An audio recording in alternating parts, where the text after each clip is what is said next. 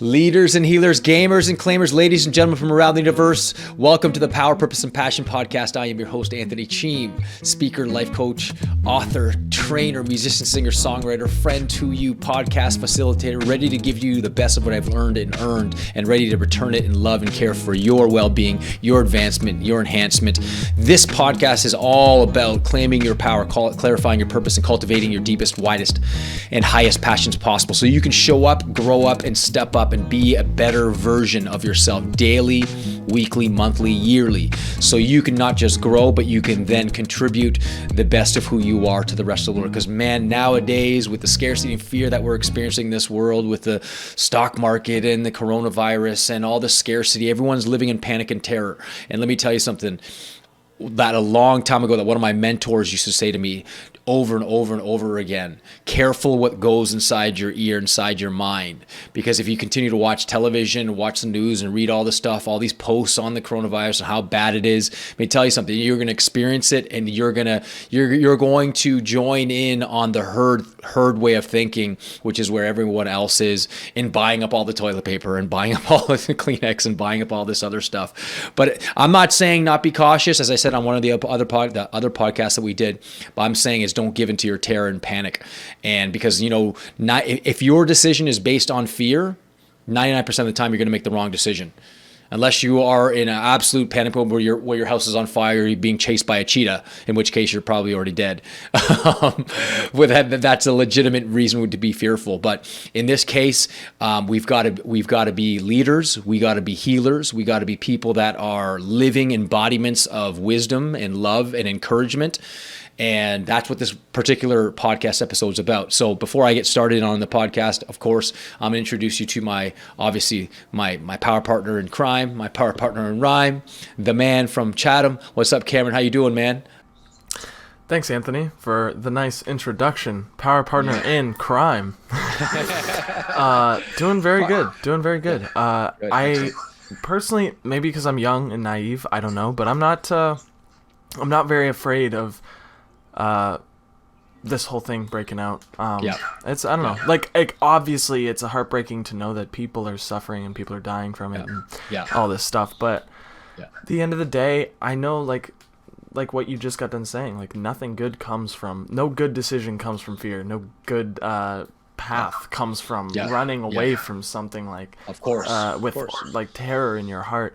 I think it's, and geez, the toilet paper, like we just want toilet paper, but now everybody's buying. I was actually talking to someone. I said, out of all the things, if Armageddon were to happen right now, honestly, thank God I got a toilet paper, right? Or thank God I got a Kleenex to blow my nose. The point is that toilet paper and Kleenex are the last things I'm going to be thinking about when it comes to an Armageddon or a zombie apocalypse, right?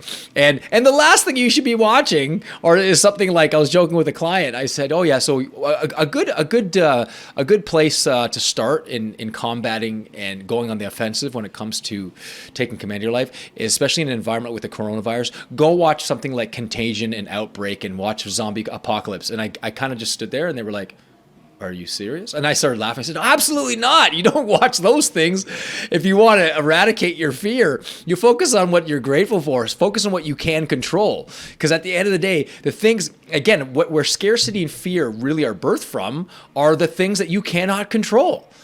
Like this coronavirus, you can't control it, but you can't control you. You can control your attitude and what you focus on. You can control what you put your attention on. You can control yourself and being a leader in your household. And when it comes to where you are there, Cam, in terms of, it's context based. I mean, you're a little bit, obviously a lot younger than I am. I obviously have a family. I have a wife and kids and a house, and I want to take care of this place and take care of my children. So the fear for me is not so much about me, but obviously it's a natural father-like fear where instinctually, intuitively, that I want to protect my children, protect my family. And that's more me just turning on myself and saying, hey, you know what? I'm fearful. Yes, the fear is there. I acknowledge the fear, but I'm not going to make a decision based on fear. And even in the stock market, people are making panic, impulse decisions to sell, and rightfully so. This is their livelihood. They don't want to lose their livelihood. But again, it's a decision based on fear. And the point I'm making is this: most people are making these decisions based on fear, and they're watching the news, hearing the news, going to the grocery stores, and if you notice what people do, it's basic human nature to watch people, see what other people are doing, and then what the majority is doing, you'll follow. But it's counterintuitive to think, okay, you know what? If people are running from a building and it's on fire, what's the first thing you're going to do? Is you're going to join in on the herd and run where they're running. But in everyday life, I'm telling you right now, wherever the herd is going, go the opposite way. I tell you, that herd way of thinking has gotten a lot of people in trouble. I don't tend to think that way. I don't tend to believe that way. I'm going to love my family even more as a result of this. I'm going to take care of my health even more. I'm going to pray deeper. I'm going to connect with people deeper. In a time like this is when we need leaders in our society to really step up. And it starts with you and I. Stop looking for leaders. Be the leader. Be the leader in your family, amongst your friends, amongst your community. Be the leader who steps up and says, we will not be paralyzed by fear. We will not be a victim and slave to our fear. We're going to be masters and commanders of our heart, and we're going to take action to make this world better, whether it be at church or synagogue or mosque or at home or just connecting with friends. And that's how I'm responding to this situation, is in love and care for people. Connecting with my neighbors, connecting with my wife, playing with my children, just loving them, connecting with them, having deeper conversations about life, and having them focus on what's really, really important. Because what I've examined too right now in my life right now is examining what's really, really important in my life right now. Like really getting to the heart of what really stirs my soul and really ignites my heart to get up every day and make a difference in the world, despite what's going on in the environment.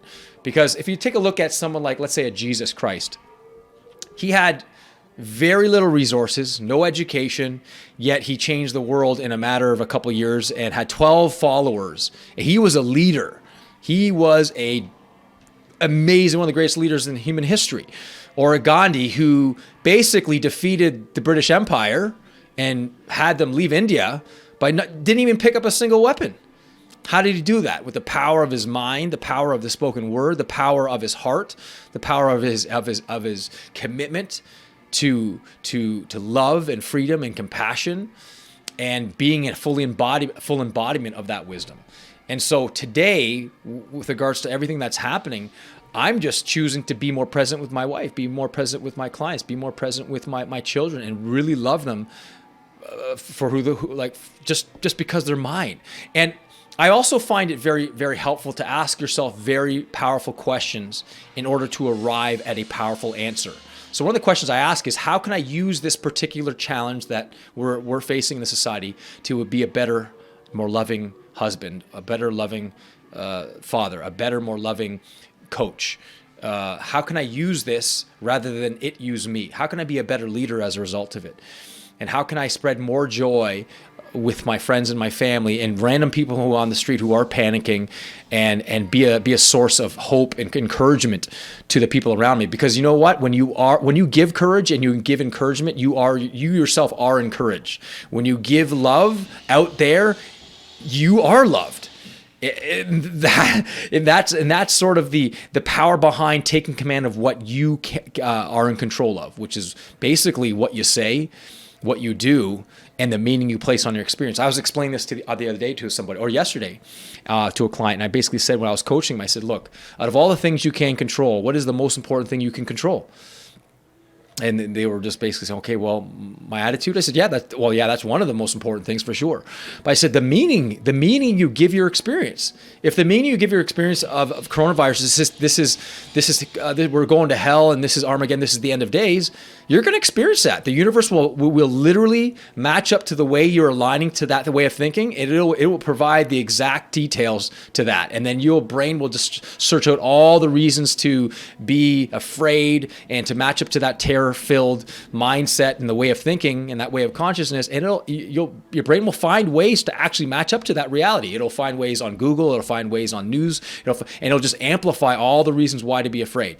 Whereas I don't. I find opportunities how I can help more. How can I help random people? How can I bring say a joke and be humorous at the grocery store or at the bank, or with laugh with my clients, because laughing is a great healer for people. And so that's all. I'm just doing my part in the healing of the world, not joining in the herd and just running in terror. I choose not to. I want to be a leader. That's who I am, and I want to not just be a leader. I want to train leaders, and that's why I'm doing this podcast. So, any thoughts there, Cam? Yeah, no, I love it. I mean, there's only so much we can do. I think it's important to keep in mind that what's in our control, what's out of our control. I love that prayer that's like, what was the prayer about control? Like, help me understand the things that I... Oh, yes, the serenity. Yeah, the serenity prayer. Yeah, God grant me the serenity to accept the things I cannot change, the courage to change the things I can, and the wisdom to know the difference.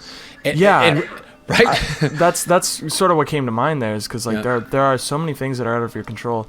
And I'm not sure if we spoke about this or this might have been something I was going to mention yesterday or the other day. Which is, there are like a million things to just be worried about. Like, you'll never be short of a cause, because there's a lot of problems out there, and you gotta kind of like choose your path, because I mean, if you're the type of human who just spends their life looking at every single problem, you're gonna be trying to run around and like save a million people. When you're only one person, you can only do so much. So I think it's important to know the things that you cannot change, the things that you can, and the courage to change the things you can, and the wisdom to know the difference. Because sometimes it gets really foggy and we don't know the difference, and we sort of treat the things we can't change, we treat the things we can change as if we can't, and then we just live in this victim mentality of like, oh, I can't change this, I can't change this. When at the end of the day, I like to take that, we spoke with your friend there the other day, and he would always say, what's the mindfulness perspective of this? Like what if you were to meditate on it for 3 days? That's kind of the vibe I got from it. If you were to sit here and meditate on it for 3 days, what would your response be to this negative belief or previous statement?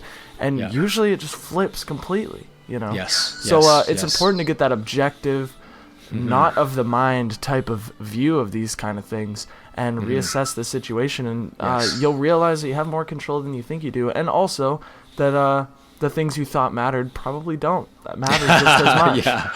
Amen, man. And I go back to that meditation that I often do with myself, and I'll practice with other people, with the clients, and I'll ask them to basically think about, let's say you knew you were going to die in 6 months. What would you do? How would you feel? Where would you go? What would you say?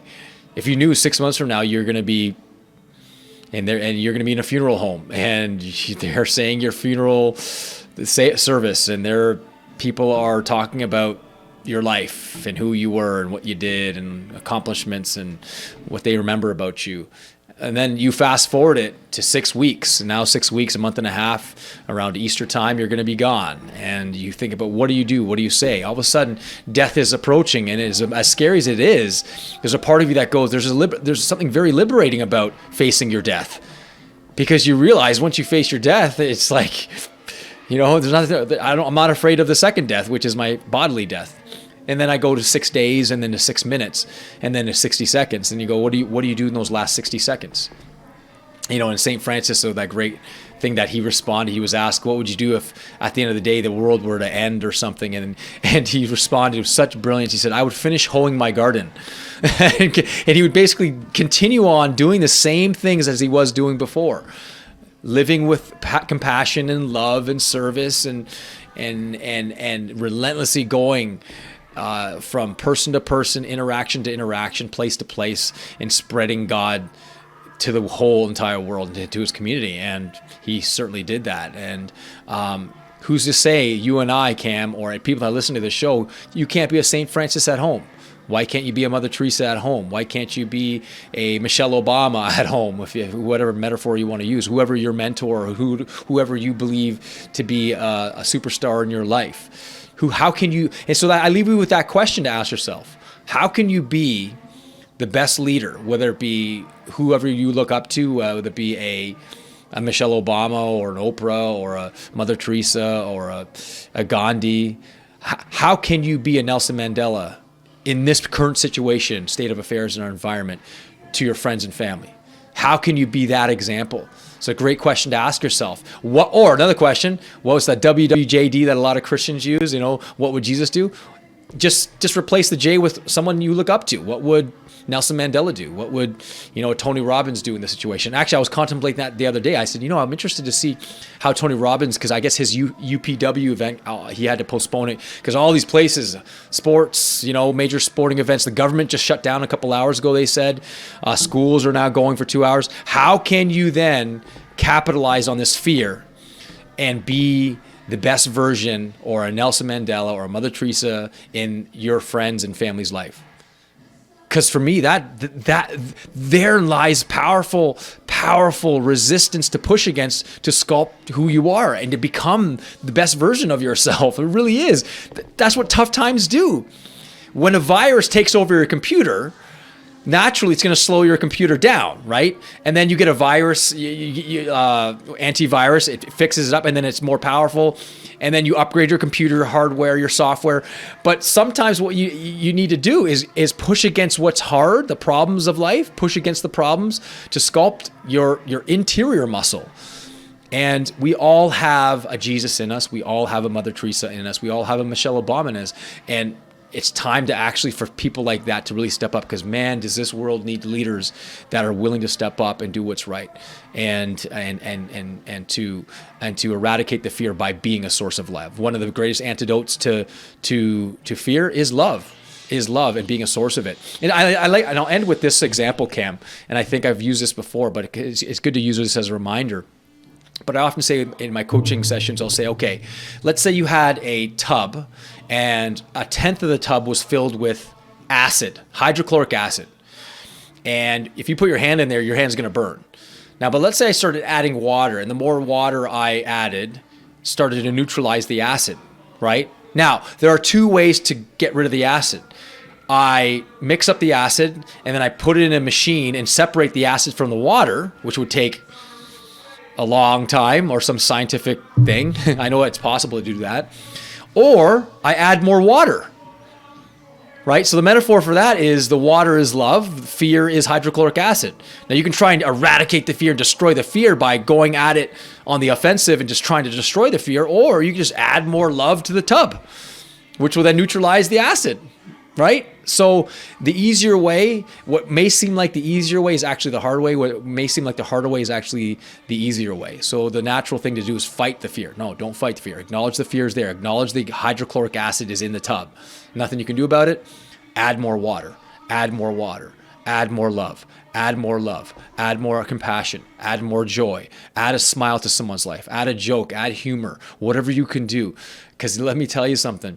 The moment you laugh, the moment you exercise, it literally amplifies the immune system, the serotonin, the endorphin levels, which amplifies your physical health and well-being and energy, which then amplifies your immune system. And then your defenses go up to maybe perhaps, even if you were in the presence of coronavirus, I'm not saying this is true, but from what I know about health, the healthier you are, the chances of you getting sick are diminished. But the more unhealthy you are, the chances of you getting sick are increased. So be a source of love, be a source of courage, be a source of health and wealth and happiness, be a leader. Whomever you look up to, I don't care if it's Jesus Christ or Nelson Mandela or Gandhi, whomever that is. Maybe it's your mom, maybe it's your dad. How can you be that person for your family and multiply it by 2, by 3, by 5, by 10, and 10x your life and 10x this world? Because this world needs you leaders out here and healers to really be examples of that. Any last words there, Cam? Yeah, I just wanted to say what you were saying before. I can't remember how this relates, but I think it's important to also realize that what's possible. Because the old example of like the guy who ran the 4-minute mile, and then everybody started doing that, or yes. People invent airplanes and now everybody's flying all over the place. Yeah. I think we often forget what's possible as humans.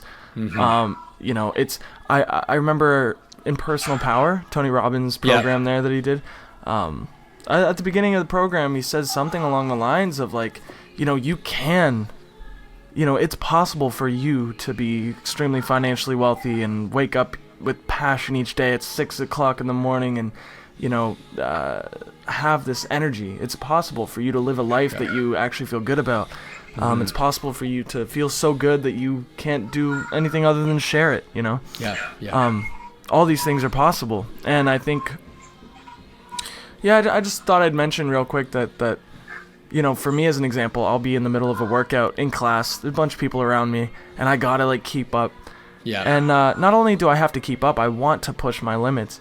And just when I think I can't do any more reps, I think to myself, I remember, as dark as it is, the book that I read about the Jews in a Nazi concentration camp who were running and running and running and running and running in the snow with no, having a bowl of soup that week.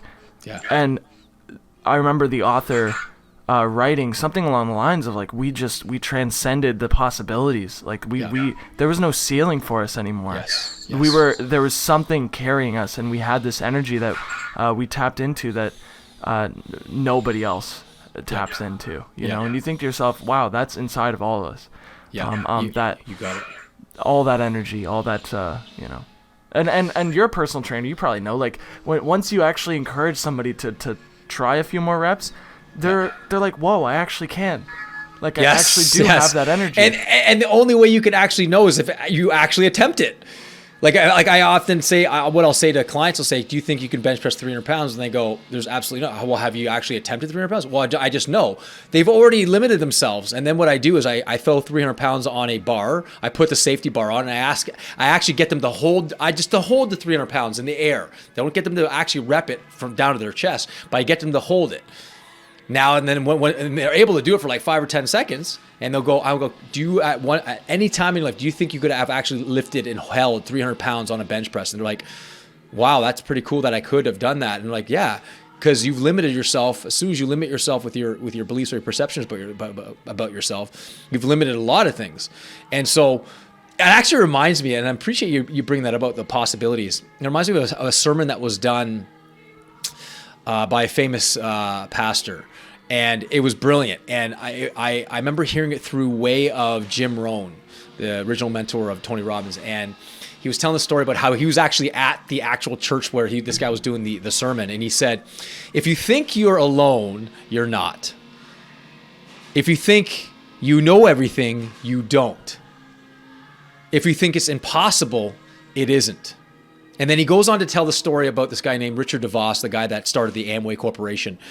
And he tells about the story where he needs a heart transplant, and he's really needs one. And so he gets his heart transplant, and then he has dinner with the person who gave him his heart. So just listen to what I'm saying. So he gets his heart transplant, and then he has dinner with the person who gave him his heart. And then what's your natural response to that? That's impossible. Yeah, it doesn't make sense. That's what? Impossible. How can he have dinner with the person? It's like, you gave me your heart, Cam, and then I go and have dinner with you. That's impossible. Here's the rest of the story. So he needs a heart, and this woman that gave him his heart needed a new lung. And I guess when you do lung transplants, it's good to she got her lung transplant, but it's good to actually take the person's lung and heart. So she got her lung and heart, which left her heart to be given to somebody else. So she got a lung and heart from somebody else. Then she gave her heart to Richard DeVos, and that's how he had dinner with the woman who gave him his heart.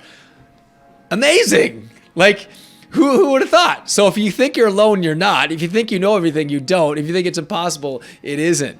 So I appreciate you bringing that up, because all things are possible. As you know, it says in the Bible, with God, all things are possible. What does that leave out? There's everything, nothing, right? But how many people actually think that way, right? And I recently, and this is true story, absolute true story, across my heart. A client of mine who I've been coaching for about 1.5 years now. She's been doing a lot of the meditations and she's relentless. She's very committed to her spiritual practice and a lot of the things we talk about, shadow work and meditation and visualization and all these things. And she's been teaching her mom. I believe it was her mom that was going through a serious illness. And she was teaching her mom about the power of the mind and having her visualize her body being perfectly healthy and using affirmations. And I just recently, just the past few weeks, her mom went for a test and her illness is gone. Like this like illness is, which is supposed to be like she's supposed to be dead in I don't know how long, or I don't know the exact diagnosis, but I know it was a pretty harsh diagnosis, which was I don't think they had medicine for it, but she said the doctors couldn't believe it. They were like, this is impossible. How is this possible that her body is completely healed and her body is not showing any signs of this illness? So I don't know. I don't know about you, Cam, but when I hear that stuff like that, that inspires me. So, and that, right? Yeah. 11 tumors in her body is the size of lemons in her body. True story, man. And you hear her speak now, she speaks with absolute power. You know what I'm saying?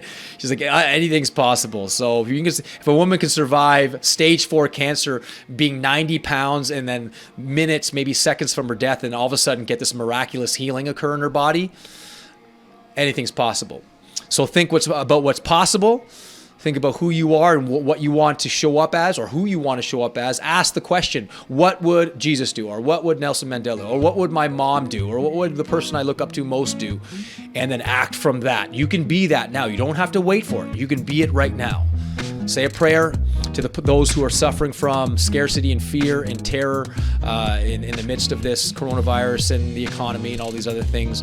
But as the moment you say a prayer, be a prayer for somebody. Answer someone's prayer by acting fully present, fully embraced, and knowing you are love and that you can give it in miraculous and infinite abundance. So to your continued upgrade and evolution, ladies and gentlemen, leaders and healers, lit up with power, purpose, and passion. Have an amazing weekend. We will see you next week. God bless.